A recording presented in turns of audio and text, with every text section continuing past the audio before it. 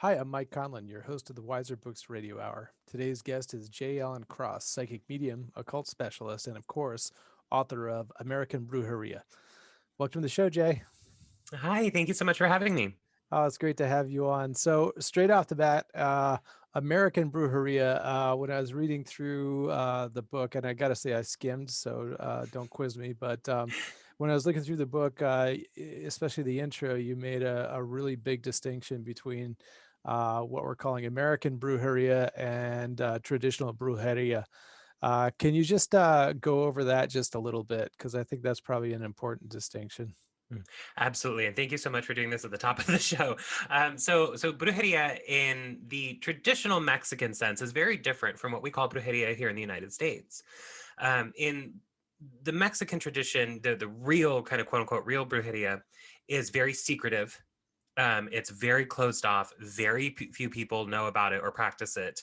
Um, and it's very different from what we see in regular Mexican magic, which is a lot of uh, novena candles burned to certain saints, and limpias with eggs and things like that. That's all very different than your real traditional brujeria.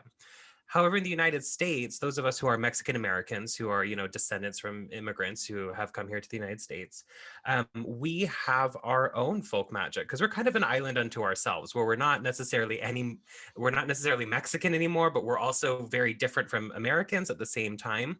So we're kind of in an in-between space. I kind of liken it to a liminal space in the book. Um, and we have our own folk magic that is built from the bits and pieces of Mexican magic that were brought over by our ancestors. And we often refer to this work in the United States as brujeria, simply because, number one, it's a common word that we all know. And it's also, it's a little bit of a joke too. And a lot of times people don't realize that when they're looking at it from outside of the community. Because a lot of our families warned us about, brujeria, it's very scary and it's very evil, and the brujas are going to get you and stuff. So in part of reclaiming our culture, we've kind of decided to use this work, and it's a little tongue in cheek, ooh, we're going to go do that scary magic stuff. And in the book, I do kind of liken it a little bit to, as a Native American, we will often refer to each other as Indians. And that is not a correct term. And from outside of the community, using that would be a completely different feeling than it would be when we use it with one another. So when we talk about brujeria and being brujas and brujos in the United States, it's so if someone in the United States would say, I'm a bruja, that simply tends to mean they are a person of, Latin American descent who is practicing that type of magic. But when we say I'm a bruja or a brujo in Mexico, people would run from you because it means something completely different there. So it's nice to kind of see where our kind of cultural lanes are, and where they overlap and where they definitely don't overlap. So one thing that is kind of interesting was when I started looking around, there aren't a lot of books on traditional Mexican magic out there, and I understand that traditional Mexican brujeria is very secretive. Not out in the open, and like you said, something scary that people run from, Mhm. except those who are initiated into the tradition. Uh, you know, on the other hand, you take a look around, there's a slew of voodoo books out there. There's any number of Wicca books out there. Why is how has it taken so long for this to kind of surface? In all honesty, it still has not surfaced. The thing is that a lot of the books that come out claiming to be brujeria, in fact, aren't, because a lot of times people mistake the idea that brujeria, translated as witchcraft, means that we treat the word the same way. So in the United States, we lump pretty much all forms of magic under the umbrella of witchcraft. And in Mexico and in our culture, we don't do that. Brujeria is a specific kind of path of magic. So a lot of these books that come out that are on quote unquote brujeria are often on something like Curanderismo, which is a folk healing practice, or on things called like hechiceria, which is sorcery, or magia, which is like magic. And these are all very different paths. But where we kind of get lost is in thinking that the term, quote, witchcraft is a catch-all for all of these. So it's something that we're kind of currently battling against in the current climate. Um, But right now, there are very, very, very few resources on real brujeria because it is a very dark, a very powerful, and a very forceful form of magic. We have certain spells in that tradition that borderline on mind control, things that will actually kill people. Like, it's a very intense form of magic, and it should honestly not be given out to the masses in any way, shape, or form. Real traditional brujeria tends to be passed down within the family itself and doesn't tend to go outside of that. Sometimes there will be, sometimes, brujas and brujos will take on an apprentice that they teach it to, but it's very secretive. It's not something that people write books on. It's not something that people teach in workshops. It's That's not how this tends to be handled because it is so powerful. All right, so let's see. In the beginning of the book, you go through kind of your history, which is an in between, and neither here nor there, neither of direct Mexican, well, from Mexico, Mexican, or truly, white American, for want of a better word. Mhm. So you got picked on by the white kids, you got picked on by the Mexican kids, and was basically kind of on your own. Um, and then you start getting into where the American brujeria comes from abuela, from grandma, from passed down from your ancestors in some form to the modern world. And it's very you mentioned the family, it's very family intensive. You get into La Familia, that concept. Mhm. um so you know uh, that's great. The beginning of your introduction seems very for people like yourself, for people of Mexican descent who have been in America for a while, but then you go into how this is basically for everybody. So if you don't have that family history, if you don't have generations before you who have passed down this magical tradition, how do you lean into, as somebody who's picking up this book who does not have Mexican heritage, how do you pick it up? What's going to be lacking? And how do you get around that kind of ancestral tradition? Yeah. So something I talk about in the book is that the magic kind of comes from three main places, or there's kind of three main pillars in this work that we call American Brujeria. And the first one is, our faith. The Mexican people, even us as Mexican Americans, have very, very strong faith, and generally that's rooted in Catholicism. We have distinct belief in God and the saints, and more so than just we believe in them, but we have a very visceral connection and interaction with them.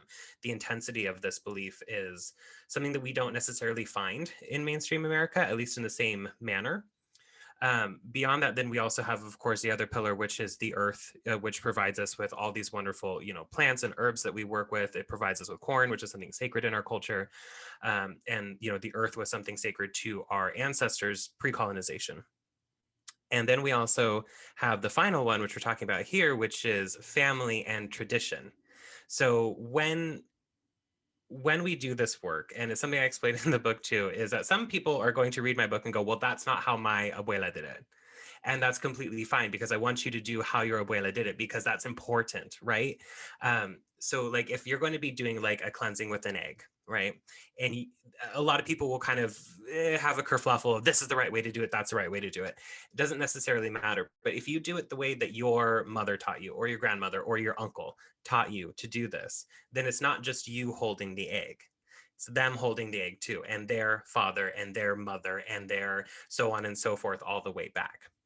If you are a person who is coming from outside of the Mexican community, or has no Mexican heritage, um, or even Latinx heritage too, because we also have to realize that brujeria is not just specific to Mexico. It's through most Latin Central American countries, but I can only speak for Mexico myself.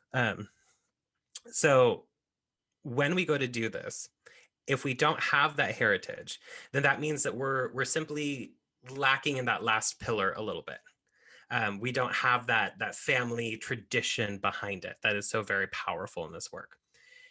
But that is something that we can build as well. A lot of people who are coming to this work too, even as Mexican American people, didn't have their parents to teach them this stuff. Their parents didn't teach it to them because they chose assimilation, or their grandparents chose assimilation over preservation of culture. That's a very common story for us.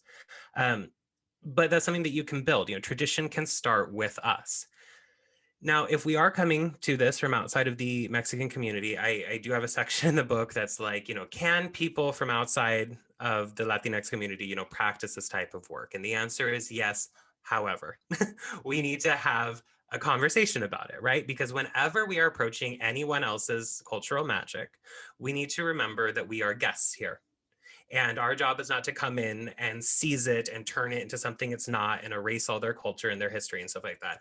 Our job is to respect the traditions, respect the people, and learn as much as we can from them as a follower in the tradition, which is really important. And so if you are going to be coming to this work, I do have a whole section in the book on cultural appropriation and avoiding that, and kind of some guidelines to follow for really respecting this magic if you're going to be coming at it from outside of a Mexican or a Latinx perspective. Got it. So it's very funny because in the past few weeks, I've interviewed a couple of people on runes and rune magic, which you might look at me and think, oh, that's right up your alley, and you would be correct. Not having any kind of Latinx or Central American, South American heritage going on that I know of. It's very far from where I'm at. Thanks for the cultural appropriation note, because that is important. That people can practice this without being, appropriately. They can practice it appropriately without overstepping bounds.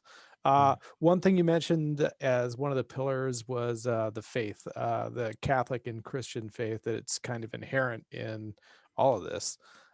Can somebody who is no longer or never was Catholic or Christian practice this form of magic? I guess technically yes, but I'm not sure why you would. It's a little bit like saying I'm joining the swim team, but I'm not getting in the pool. Right. Okay. There's no way to really separate the two. And I don't mean to make anyone feel like they have to go to church every Sunday and identify as a Catholic or any of these things. But you do have to believe, and you do have to have respect for it. So if I'm going to call upon a saint or God or Mary or Guadalupe or any of these things, I have to believe in them. And I have to also believe that they're real. And if you are believing in something like a Catholic saint, then, I have news for you. You might be a little bit more Christian than you think you are. But, we don't have to agree with the church. Separating the church from God and holy figures is also very important. The church has done some very problematic stuff and continues to do so. But it's something that I feel is necessary to at least be comfortable with in this work. Otherwise, this entire path of magic is going to be very uncomfortable for you, because it is very Catholic heavy. We talk in the book about praying the rosary, working with saints, using prayers like the Our Father and the Hail Mary are central parts of this practice. So it's something that it's important to find that comfort in. Some people will want to take this work, and I touch on this just a little bit in the book, where they'll want to do this work, but they'll want to sub out the Catholic stuff with pagan things. And, of course you can do that. No one can stop you, but as soon as you do that, it's no longer Mexican American folk magic, right? It's like if I take an apple pie and I take out the apples and I put mincemeat in, it's no longer an apple pie, right? Yeah. The crust may be the same. It might be decorated like an apple pie, but it's no longer an apple pie, right? So as soon as we do that, then we're no longer talking about the same thing. Got it. Okay. So, I mean, it's kind of a catch-22, if you're a firm believer in Catholicism, especially, but pretty much any Christianity, magic is a no-no, but you've got to have that spirituality. Okay.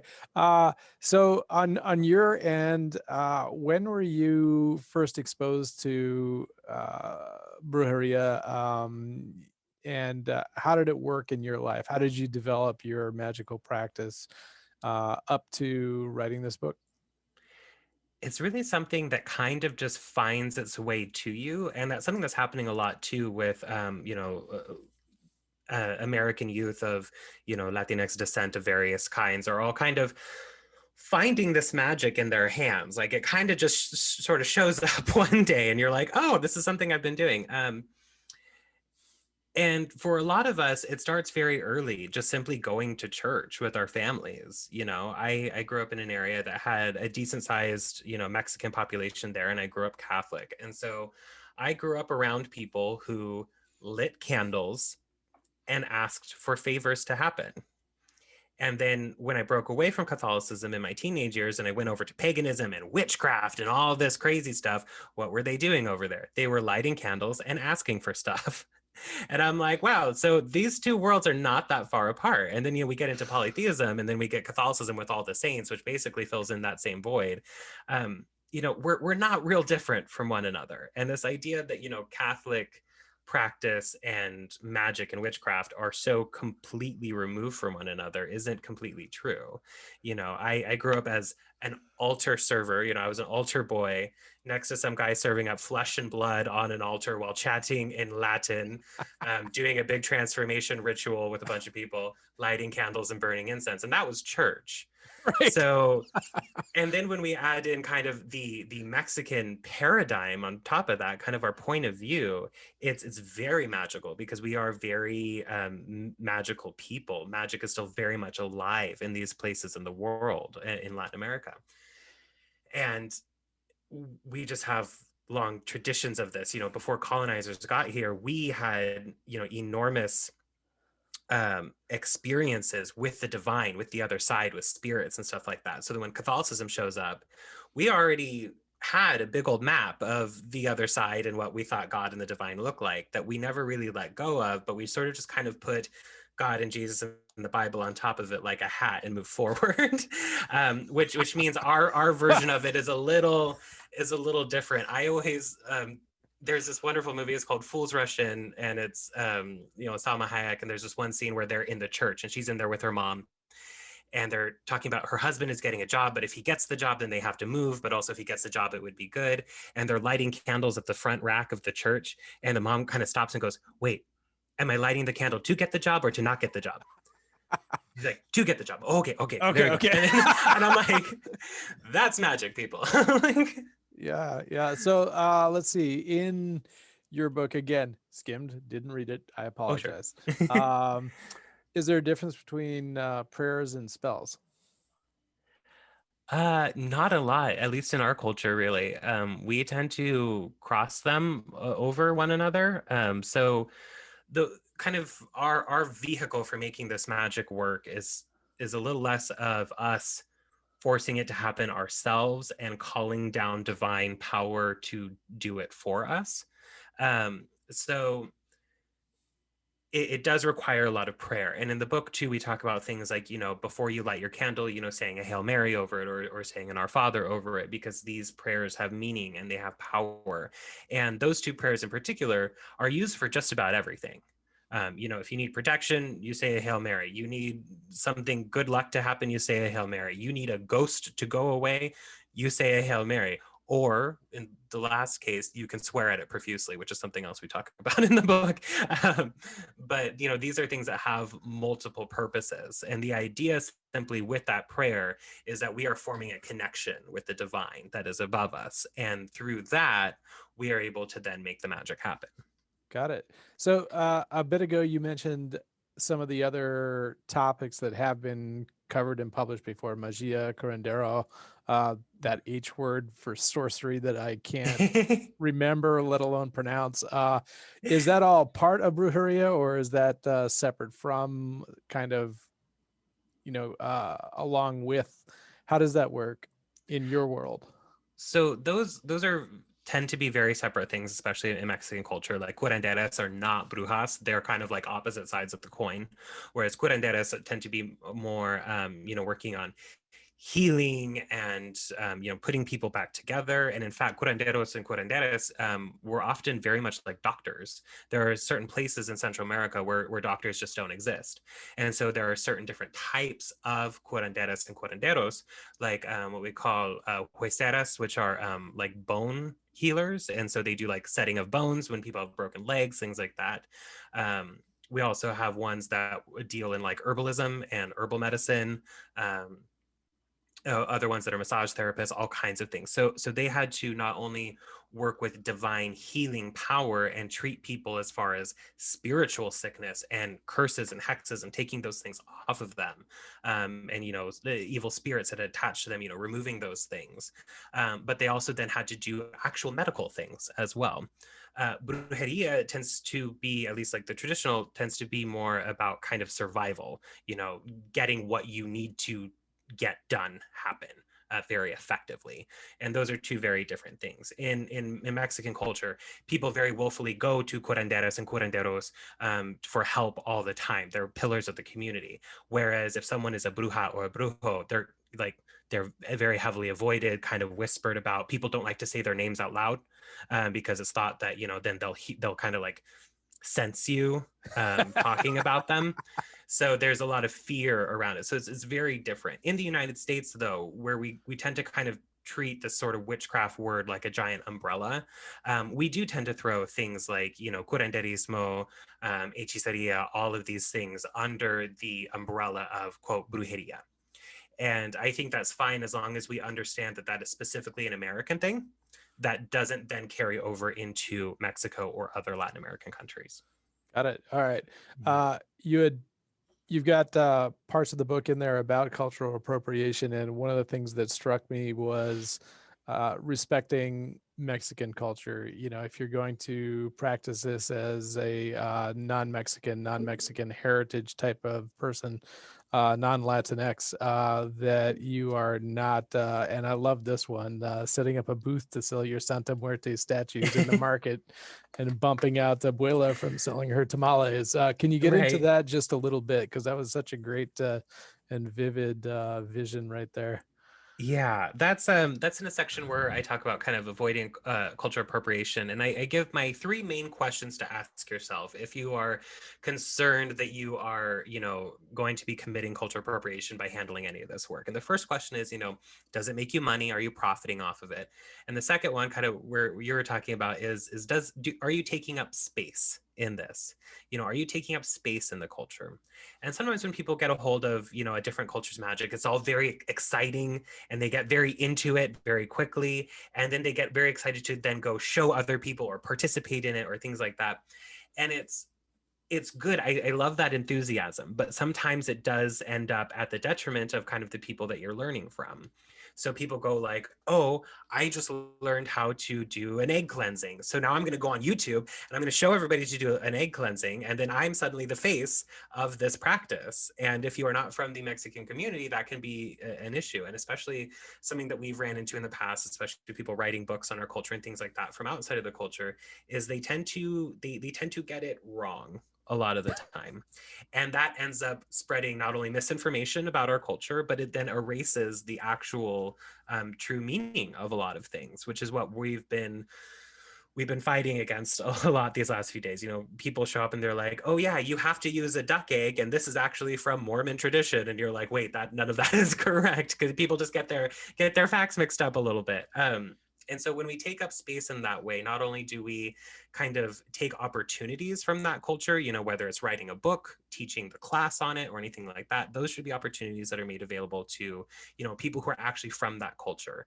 Because, cultural context for magic really matters. That's how you really understand why this work came to be and how it's supposed to be used and why they chose to use the things that they chose to use. So one of the other things too is that when we do end up doing the taking up the space, then we end up accidentally alienating the people who it belongs to. So something as Native American that we run into a lot is you go to a sweat lodge and you are the only Native American person there, including the person who's leading it. And then you feel very out of place in something that is supposed to be from your culture. Right. And let me tell you, there's not another feeling like it when you show up to a place and you're like, wow, okay, I don't belong in my own culture anymore because so much space is being taken up by people from outside of the community. So these are things that we have to kind of balance a little bit. Tiptoe around, absolutely. Or actually, not tiptoe around, but confront and be aware of. All right. So you mentioned writing books. You wrote a book, we published it, or it will be out. So Right now, we are speaking on April 2nd, and next week I should see advanced copies toward the end of next week. You should, or into the following, but it publishes in May. And at this point, I do want to just take a minute to show people the cover because it is fantastic. Let's see, I think I'm sharing my screen. I hope I am. And I'm going to blow that up. So let's see, I am sharing the screen. This is the cover to American Brujeria, due to publish in May, even though it'll be available in April. Modern Mexican American Folk Magic by J. Allen Cross, who I'm speaking to right now. It's a great cover. I hope you like it. I know we loved it enough to steal it for our catalog. But the skull, where does the skull come from in the tradition? So skulls are really important in our work because we're very much connected with our ancestors. Mexico is very famous for having, festivals that center around death and the dead. We have Dia de los Muertos, which is, the Day of the Dead. That's something they're kind of known for. Because in our worlds, they never really leave us, or not for very long, at least. And so keeping these skulls around was a way of kind of keeping their spirits around, or if we needed to contact them for help or for advice, that was kind of a vehicle for that later on kind of transformed to things like the sugar skulls, which is a little less, macabre, a little more comfortable for most modern people. But the skulls tend to be very important in our culture, as well as, of course, many other cultures around the world. So talk to me a little bit about Santa Muerte. What popular culture gets right and what they get wrong about. Oh dear.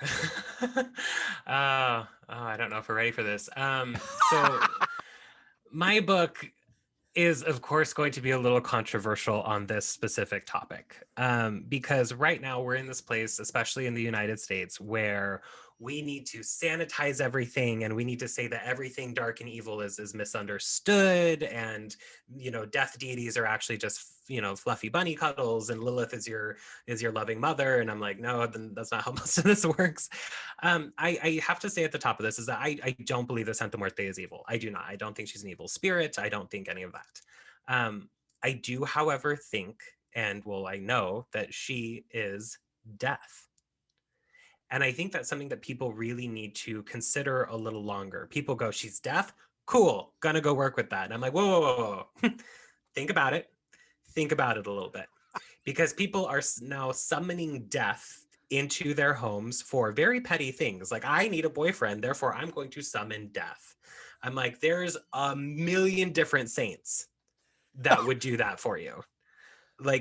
And it's really funny because the people that I hear talking about, like, oh yeah, Santa Muerte, she's just all loving, all this stuff, they're not from the Mexican culture. But then when I was researching this book and interviewing a bunch of Mexican people, they were all like, no, you do not mess with that. You do not call upon her unless you absolutely need to.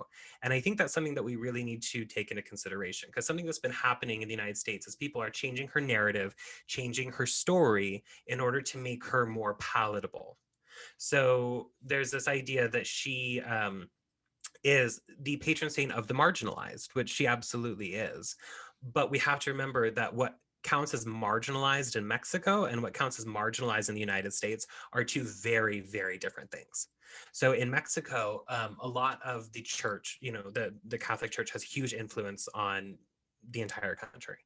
And more so than that, we have a huge separation in class in Mexico, where we have kind of the upper class and the lower class. And the upper class does kind of tend to be the fairer skin type. They tend to have the money. They tend to kind of call the shots. Whereas the lower class tends to be more of our indigenous kind of brown populations.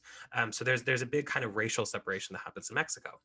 Well, in Mexico, there's a lot of this, rhetoric happening from the church that, if you're a criminal, if you are a sex worker, or someone who mugs people, or any of these things, then God has turned his back on you.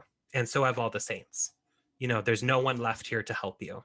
And a lot of these people who are doing, drug running, mugging people, doing sex work, all these things, they're doing it to survive. They're not doing it because this sounds great, I'm going to go live this life.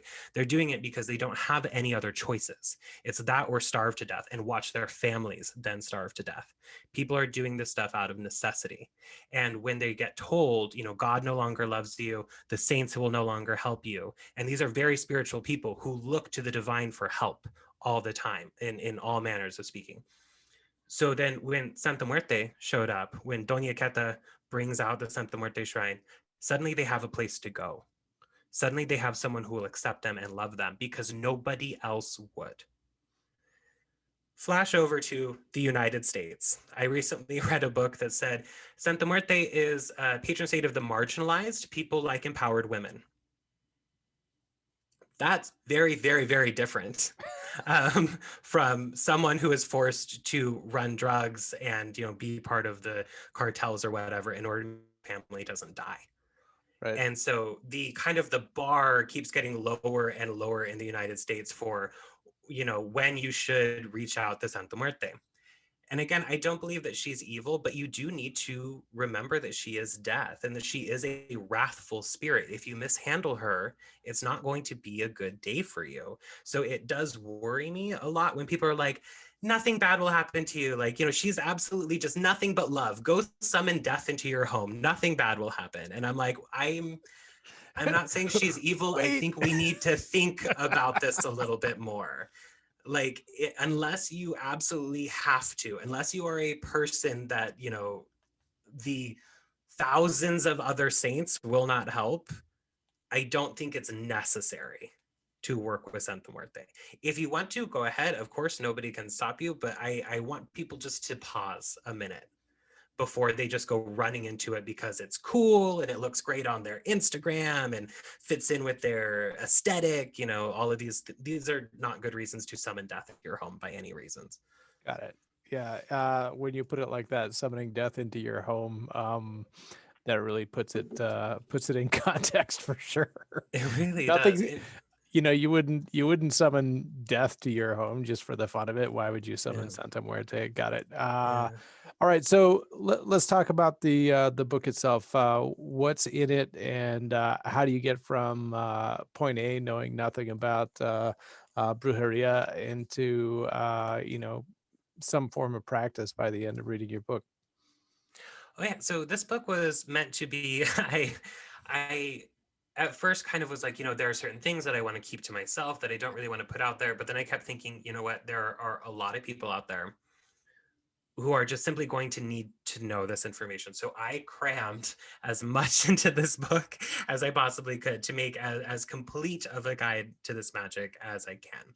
Now, of course, I always like to kind of make sure that I'm making the distinction that this book is, of course, not about traditional, Mexican countryside brujeria. This is about Mexican American folk magic as it is practiced in the United States. But I give a complete guide starting from understanding our culture, into understanding kind of our work in the church, into our different types of spells. And I also go into our spirits as well. So I have a whole chapter on Guadalupe.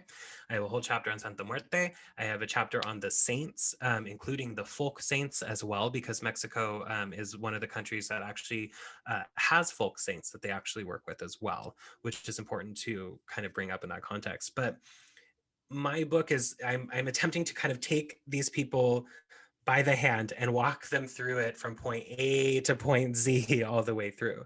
And of course, you can never put an entire system of magic into a book, but I do my best to give everyone this complete understanding, kind of foundational knowledge of this work. I am very much hoping that this is a book that people will refer back to over and over again and find new things.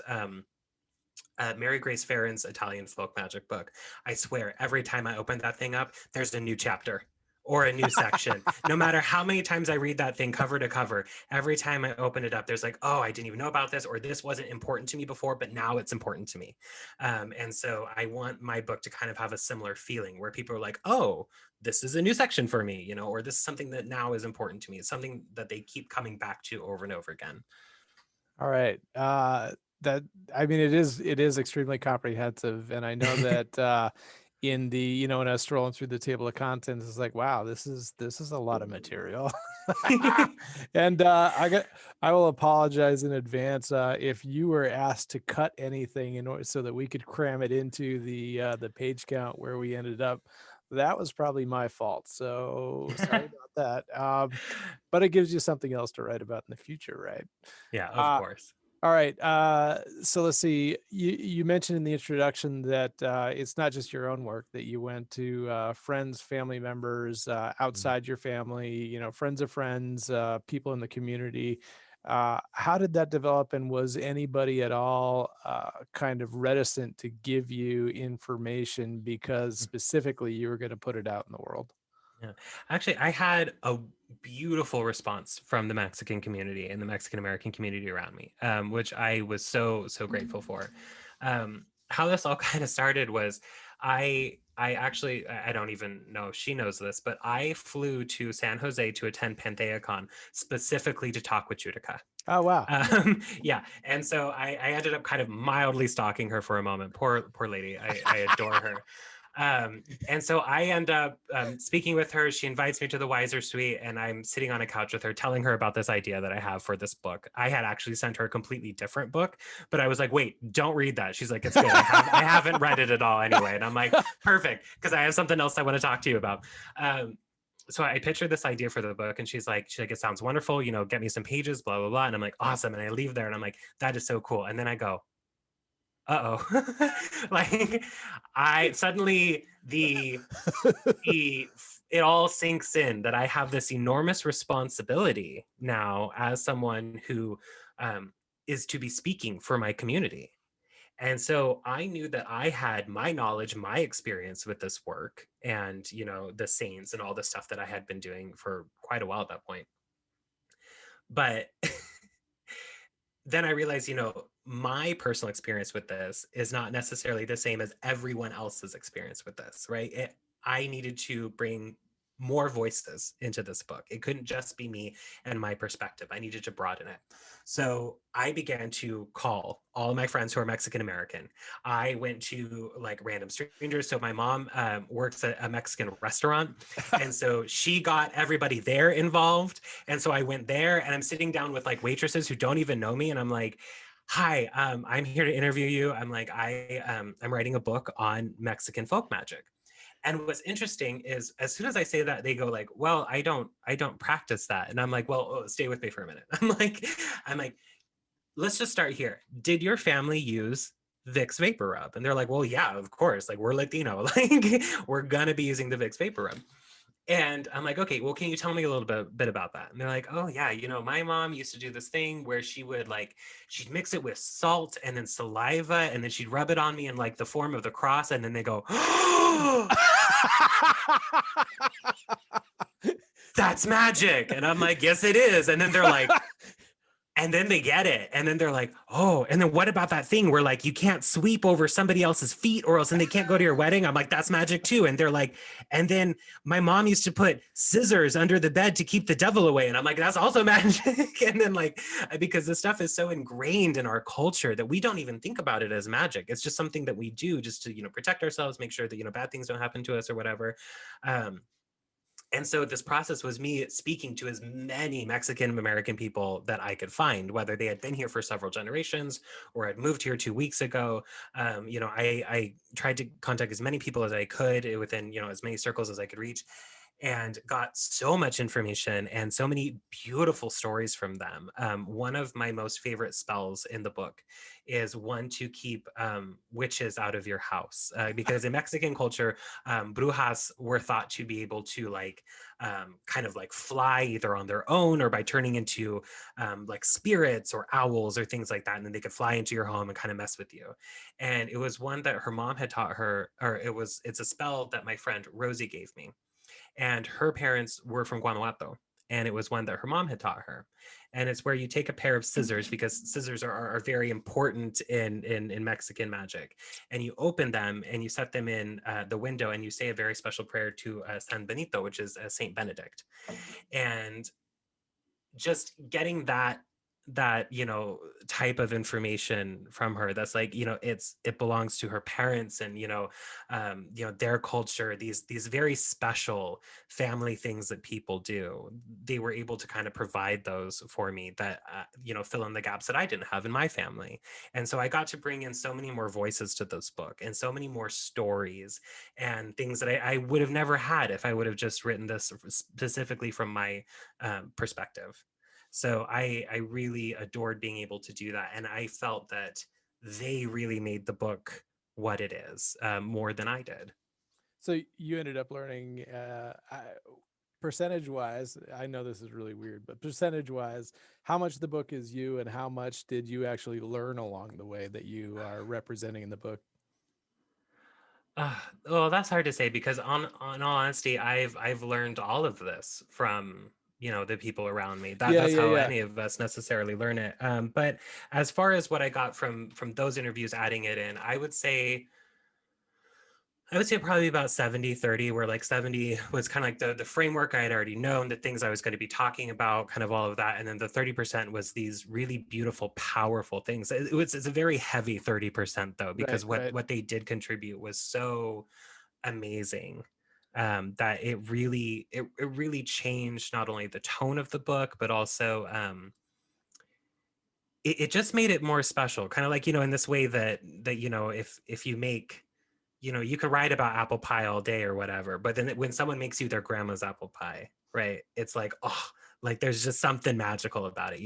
And I feel like they really kind of brought that part of it to it. Got it. So this was, I mean, this deepened your practice in the process of writing it. Absolutely. Wow, that's Yeah. amazing. So you said that you met Judica. Yeah. I should mention that that's Judica Illes. She's an author. She's also an editor at large here at Red Wheel Weiser, and kind of a key to our publishing program, bringing in kind of the wide variety of voices out in the world. How was she to approach? I think where I'm going with this is, traditionally. The stuff that we publish is not what I would call the most diverse set of authors in the world. We Samuel Weiser Inc. started publishing Dead White Guys, and a lot of where our authors are coming from are from a very European tradition. So, how was it approaching uh, Judica about your ideas? How receptive was she, and how can publishers support more diverse voices in the community? Absolutely. So she was great to approach. She's a wonderful lady. I was of course just shaking in my boots. But I didn't just approach her out of the blue. I'm good friends with Anwin Avalon. She lives in my area. We're kind of neighbors to one another, and so we hang out. And Anwin was actually the one who told me, she's like, you need to write a book. She's like, you need to do this. She's like, I will walk you through it. We're gonna get you published in Weiser. And I'm like, okay, like she was my Yoda through this whole thing. And so she had talked to Judica about me, and Judica was receptive. And so I had contacted Judica via email and sent her some pages of a completely different project I had been working on. And Anon was like, okay, next step is you come to PantheaCon with me, and you're going to talk to Judica in person. And I'm like, oh God, okay. So she already knew kind of who I was. I kind of show up at her table. I'm like, hi, I'm that guy who emailed you and Anwin told you about. And she's like, oh, okay, yeah, okay, I know who you are. And um, if anyone has ever met Judica, Judica is perpetually busy. Right. She has so many irons in the fire. She's juggling so many things. She's, publishing the next, amazing books. She's making the world go round on her own over there. And so she is kind of like, oh, can you come to the Weiser suite like at this specific time at which I will be available? And I'm like, oh God, yes, I will. And so I kind of just like lurked in the lobby nearby for a minute before I went in and talked with her, and we had the best conversation ever. And it's so funny because at that point, I'm a nobody, like a year ago. Like nobody knows who I am. I'm in the Weiser suite. Suddenly I find myself sitting on a couch, sandwiched in between Judica and Mary Greer, trying not to fangirl absurdly. Like, I'm like, you guys are so cool, please. It's like, and I'm trying to be like as calm as possible. And Judika's talking about, you know, talking to Star Casas, and I'm like, I can't even like handle any of this. So it was a great experience, and she was lovely to talk to. Everyone's been very welcoming, and I do know that, you know, in the past, you know, Weiser, along with many occult publishers, has traditionally put out things that are, you know, European, specifically kind of Celtic stuff. And when when we when you guys were putting out things that were about, you know, communities of color or whatever, it was often written by people from outside of the community, which was something kind of back in the day that was very normal. And it's not until recently that we kind of started to understand, oh, that's not something that we necessarily want to do, because the information gets very muddled. A lot of bad information comes out. But I love seeing Weiser bring forth a lot of different cultural perspectives from people in those cultures, and that's something that I think we need more of. Whether it's me writing about American Brujeria, or, you know, Lilith Dorsey, or, you know, any of these people here that can talk from experience of the culture, I think that's going to be so important going forward. Is that we let the people who actually grew up in the culture, or, you know, are part of the culture, speak for the culture. And when that happens, it's amazing, you know, what we find out, what we learn. Because when we're kind of just looking in from the outside, you know, kind of like peering through a window or whatever, we can only learn so much. And once we then try to educate based on that amount of information we have, then we of course are going to be getting it wrong. So I think going forward, you know, letting the people from these cultures speak on their own topics and things like that is going to be a game changer. And I think we're going to realize that we had a lot of stuff wrong for a really long time, and then we can finally know, you know. Yeah, absolutely. Thanks for that. So uh, going to the book, what was your favorite chapter to write in the book, and Oh why? gosh. Oh, um, I love all of them. I was very taken. Who's I your was very favorite child? right, exactly. Oh gosh. I was of course very taken with the Guadalupe chapter, where I talk about kind of, I tell her story and kind of talk about why she's important. She's one that I don't know why gets very swept under the rug when this topic comes up, because people are interested in the spells. You know, they want the magic, they want the spells, but they tend to kind of push her off to the side without realizing how important she is. But my favorite chapter had to be the chapter on limpias, which are our cleansing techniques. Um, it's a practice that is very dear to my heart. I find it very beautiful. This idea of we are kind of purifying things, or, you know, taking off hexes or bad things, so that people can be free once more.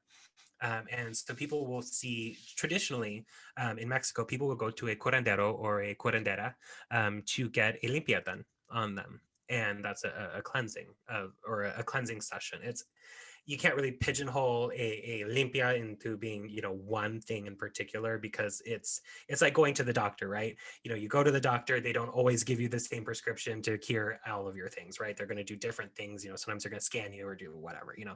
Same thing when it comes to curanderos. But this chapter is such a favorite, because when people immigrate from Mexico into the United States, they often lose access to curanderos and curanderas, because it's not something we necessarily find in the United States. They do live here. There are curanderos and curanderas that live here in the United States, but they're much harder to find. And, you know, people have to travel to go and see them. And so that meant that when people came to the United States from Mexico, they had to start doing those things themselves. So it's very common in our Mexican American communities to not necessarily go to a curandera, but, you know, someone who's, you know, their tia, their aunt does it, or someone's mom, you know, well, you can go over to their house and they'll, you know, rub you down with an egg, or, you know, a sweep you down with some herbs or things like that to take off the evil eye, or all those things. We had to take that into our own hands, which is kind of unique to us over here. All right. So eggs I get, traditional herbs I get, Vicks Vaporub. Very important, especially, yeah. I love me some Vicks Vaporub, and I do actually have an entire section in the book that is dedicated to Vicks Vaporub and the actual magic that you can do with it. So I of course I talk about my great grandma Lena in this section, who I have a deep love for her. I never met her actually, but I have beautiful stories of her doing all kinds of things. She had a very thick accent because English was not her first language. She was known when people like kids would be on her lawn, or like anyone would be on her lawn. She was known to come running out of the house screaming while brandishing a carving knife, just screaming in Spanish at them to get off of her property. There was another story where a couple of my uncles got head lice, so she took a can of Raid to their heads. I mean, this is we take care of these things in home when we're Mexican. We don't go to the doctors; they're expensive. We don't trust them. But one of her kind of hallmarks of her existence was Vicks Vaporub. If you were if you couldn't sleep, she would put it on your eyelids. If you had a headache, she would put it on your head. If you had a stomach ache, she'd put it on your stomach. She was also very Catholic, so she would put it on the children's hands before they went to sleep at night, so that they would be discouraged from doing any sort of exploration on their own. So, and this is common in Mexican culture for people to very heavily believe in it, but there's a reason behind that. It's not just because it's a medicinal product. Vicks Vaporub has a very distinct smell. Everyone knows the smell of Vicks Vaporub, You and bet. that comes from some very specific plants known as camphor and eucalyptus. These are very, very powerful plants.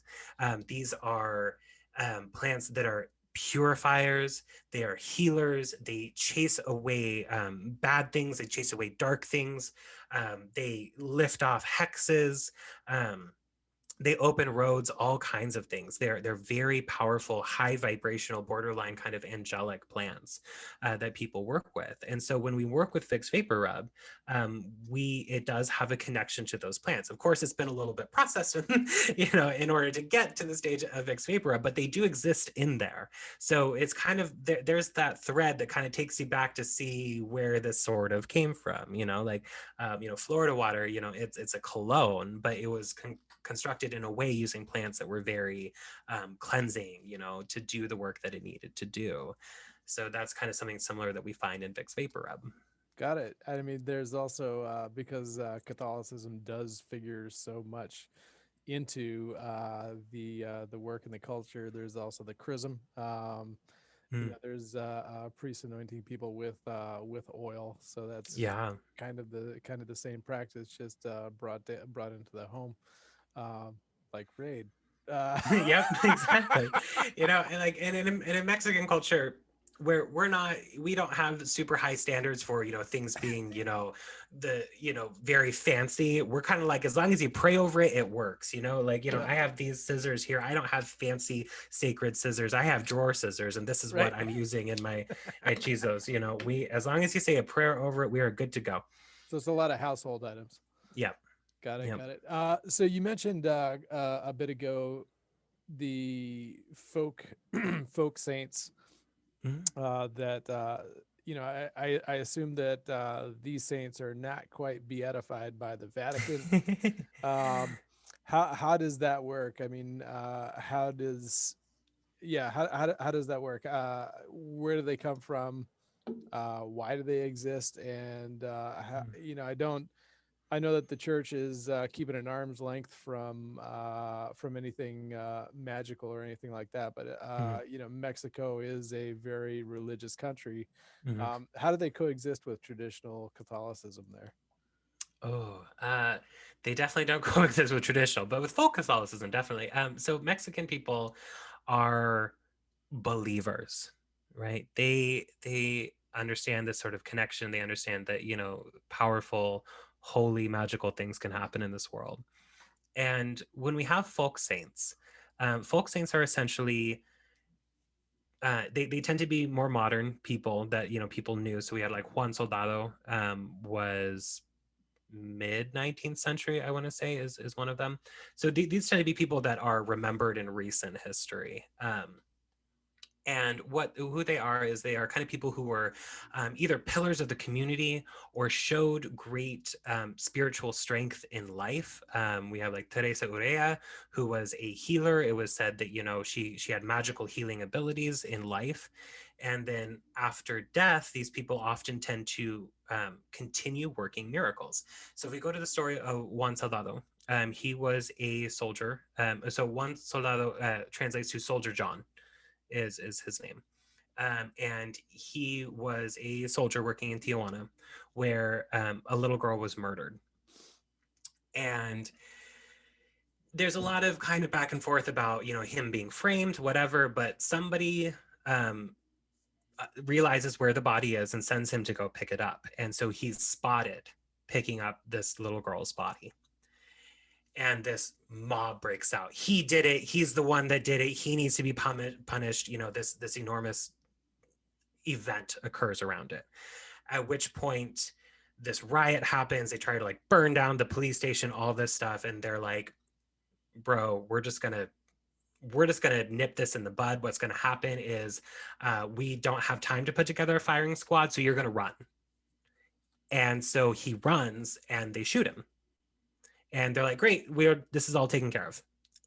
Well, then it comes to light that people are like, well, actually, there is no evidence that he did it. Actually, it's very likely that he was completely innocent.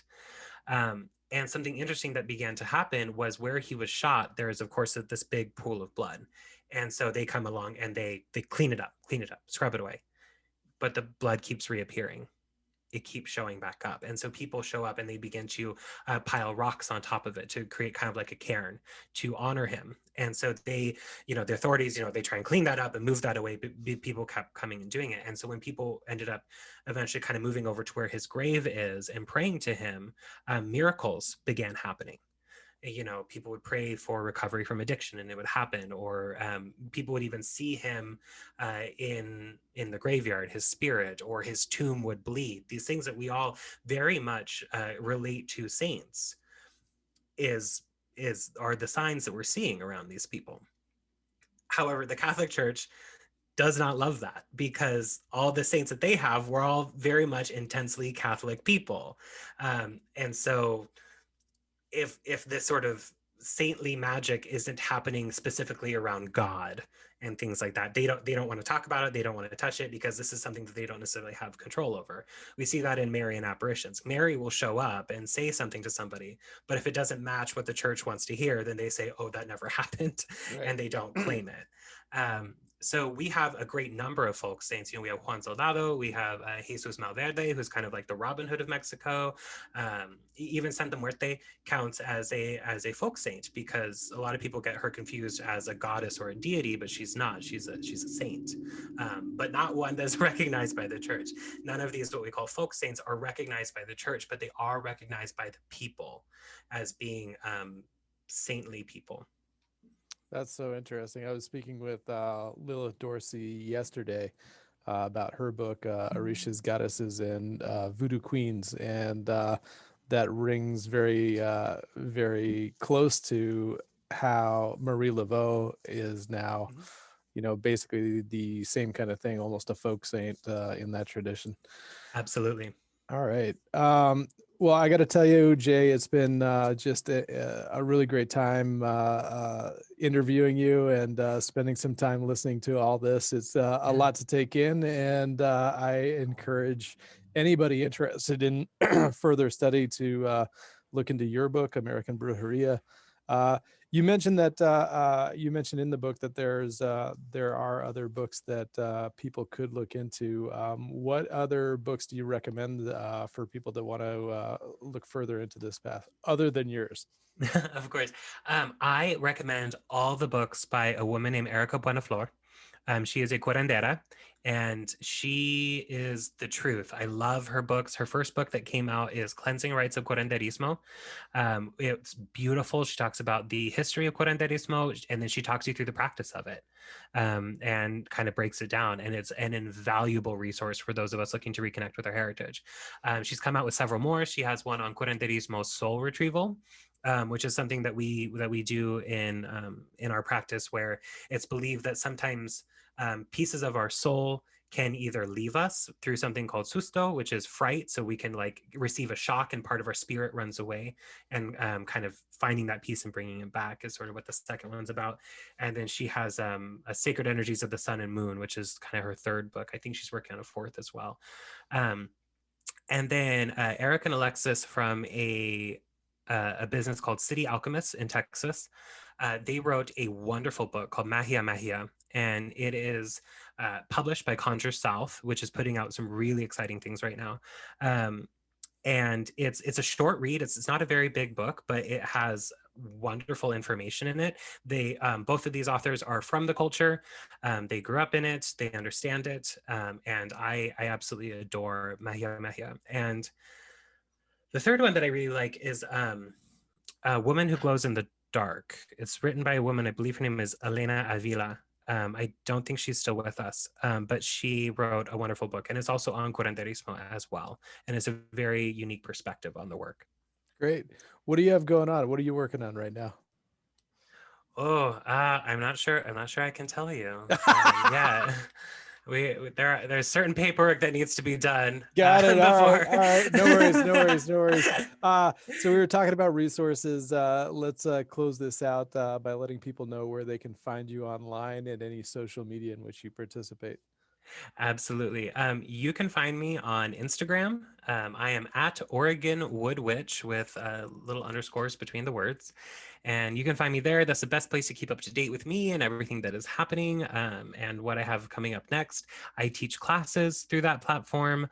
You can also find my Patheos blog column. You can also find my little Etsy store where I sell things. And you can also hire me to do spiritual services. So I do like tarot readings. I do spiritual coaching. I will do spells or light novena candles to saints on your behalf. I offer all of this through there. I've accidentally become a TikTok star. Didn't mean to, but I am over there if you want to find me if you're on TikTok. So yeah. All right. Perfect. J. Allen Cross, author of American Brujeria. Thank you so much for spending some time with me. Thank you so much for having me. You've been listening to the Weiser Books Radio Hour. Find us online at www.weiserbooks.com.